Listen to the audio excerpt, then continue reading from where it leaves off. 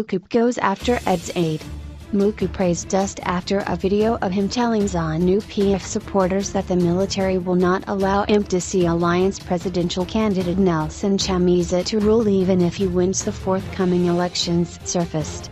On Thursday, the Harare East MP was roundly condemned after he claimed former Finance Minister Tendai Biti was on antiretroviral (ARV) treatment during a live radio interview. After the interview, the deputy minister allegedly attacked journalist Blessed Mnangagwa and his wife. Mnangagwa writes for Alpha Media Holdings titles The Standard and Newsday. Mukupe, despite the existence of the video, denies saying that the army did not topple former President Robert Mugabe so that Chamisa could rule. He told ruling party sympathizers, who belong to a WhatsApp group known as Zanu PF Patriots, that Mnangagwa's spokesperson George Tramba was allegedly out to destroy him because he had beaten his girlfriend Mavis Gumbo in the recent primary elections. Mukupe was dismissing a government statement issued by Acting Information Minister Simon Kaya-Moyo condemning his utterances. Firstly, nowhere did the government say I made those statements, he said. Secondly, ask yourself what was the motivation of Tramba to come up with that press statement without consulting me and even seeing the video of the meeting. It is a fact that Mavis Gumbo is a loser, sick, and it is a fact that Tramba has been sleeping with Mavis Gumbo. In the discussion, Mukupe boasted that he was wooing students to join Zanu PF and defending Mnangagwa on social media. Give me one Zanu PF politician in the past 38 years who has been able to face university students and to preach them the gospel of Zanu PF, he charged. Everyone has been ducking and diving. I have a calling and will do just that. He also lashed out at Zanu PF sympathizers on the WhatsApp group saying, "Let's not be WhatsApp activists and get into the field. This is politics, not a church." Mukupe did not respond to questions sent to him on the matter. Tramba said he was not the author of Moyo's statement condemning the deputy minister's utterances. The president's spokesperson retorted, "Who issued the statement that he is reacting to?" So he is suggesting that the minister is so daft to the extent that he can't write his statement on his own? He must tell that directly to the minister, not to me.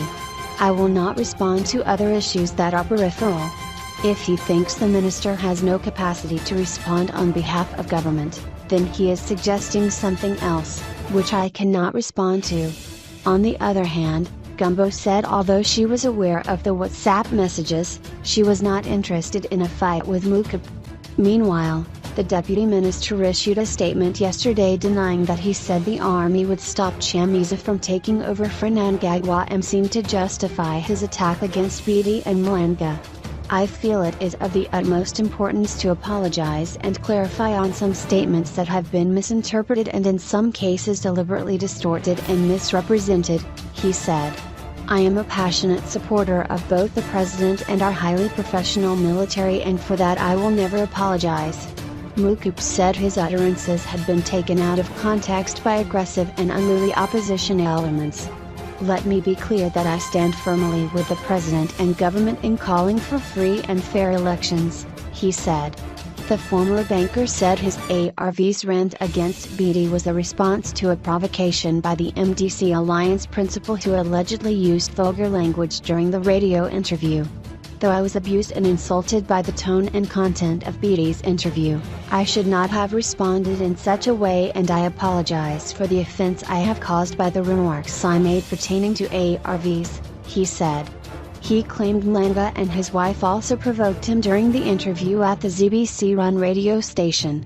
While his provocative behavior, cheered on by his female counterpart, in itself was disgraceful, I do apologize for my untoward response of walking away from the interview, he said. As a deputy minister and representative of the Zimbabwean people, in future I must focus my passion for my people, Zimbabwe's financial well-being. Mukupe has been roundly condemned for his ARV remarks, with AIDS activists saying he rolled back strides made in ending the stigmatization of Zimbabweans living with the virus. Zimbabweans on social media yesterday were also dismissive of the apology, saying it showed the Zanu PF politician was unrepentant. Utterly pathetic apology, former Education Minister David Coulthard tweeted. This simply demonstrates the arrogance not just of this man, but of the military junta. If this stands, please would no Democrat say to me again that he or she believes a free, fair and lawful election is possible. It will simply be an insult.